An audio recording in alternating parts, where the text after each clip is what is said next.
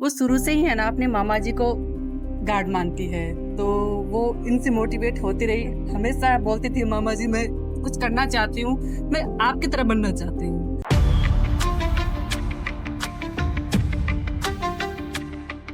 जय हिंद एवरीवन।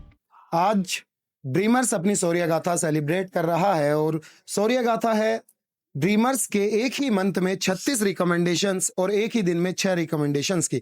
उसी रिकमेंडेशंस की कड़ी में एक बड़ा इंपॉर्टेंट रिकमेंडेशन रहा हमारा चूरू की धरती से आई मालविका का। मालविका ने फॉर एफएसबी बोर्ड वाराणसी से रिकमेंडेशन हासिल किया।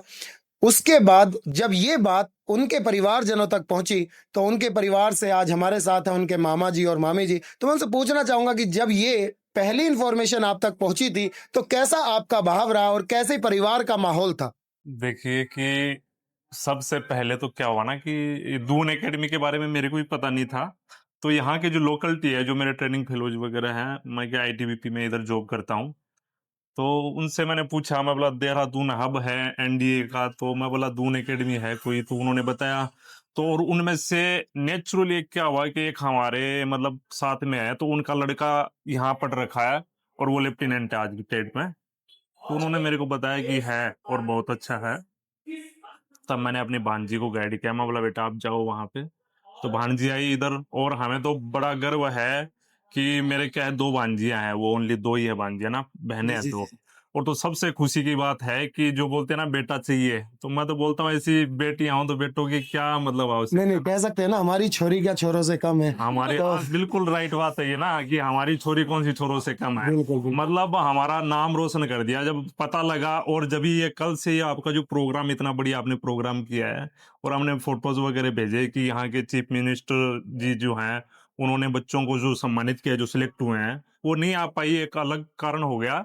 लेकिन हमने उसको फोटोज भेजे और अपने परिवारजन, गांव समाज, सबको बताया। तो बड़े मतलब शब्द नहीं है कहने नहीं लायक ना, नहीं, सारे इतने खुश हुए, बोला कि वाकई में बहुत बढ़िया मतलब। ये मैं पूछना चाहूंगा मैम आपसे कि राजस्थान जहां पहले से ही वो कहते हैं कि वीर सपूतों की धरती है, और एक राजस्थान के बारे में मैं हिंदी में उस बात को बोलूंगा, कहावत है कि उस मिट्टी को पानी की जरूरत नहीं पड़ती जिस मिट्टी ने खून पिया हो। इसको राजस्थानी में भी कहा जाता है लोकल।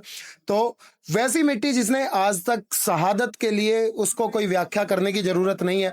खासकर अगर मैं बात करूं तो वो शेखावाटी का क्षेत्र, चूरू, झुंझुनू, सीकर, तीनों ही जगह ऐसी हैं जहां से लगभग हर दूसरे तीसरे परिवार से सेना में जाते हैं। लेकिन ये कड़ी वहां पर हमारे बच्चों के लिए, लड़कों के लिए बहुत थी, लेकिन लड़कियों को आगे बढ़ाना, कैसे ये ख्याल आया कि दोनों बच्चियां हैं, दोनों बहनें हैं, और बावजूद उसके हम उनको सेना के लिए आगे भेजेंगे? कैसे आपने उनका मनोबल प्रोत्साहित किया और कैसे ये पूरी यात्रा रही उनके लिए? वो शुरू से ही है ना अपने मामा जी को गार्ड मानती है, तो वो इनसे मोटिवेट होती रही। हमेशा बोलती थी मामा जी मैं कुछ करना चाहती हूँ, मैं आपकी तरह बनना चाहती हूँ। तो ऐसे करके फिर इन्होंने भी बहुत इनको सपोर्ट किया कि बेटा कोई बात नहीं, लड़का और लड़की में कोई फर्क नहीं है। तो इन्होंने उनको प्रोत्साहित किया।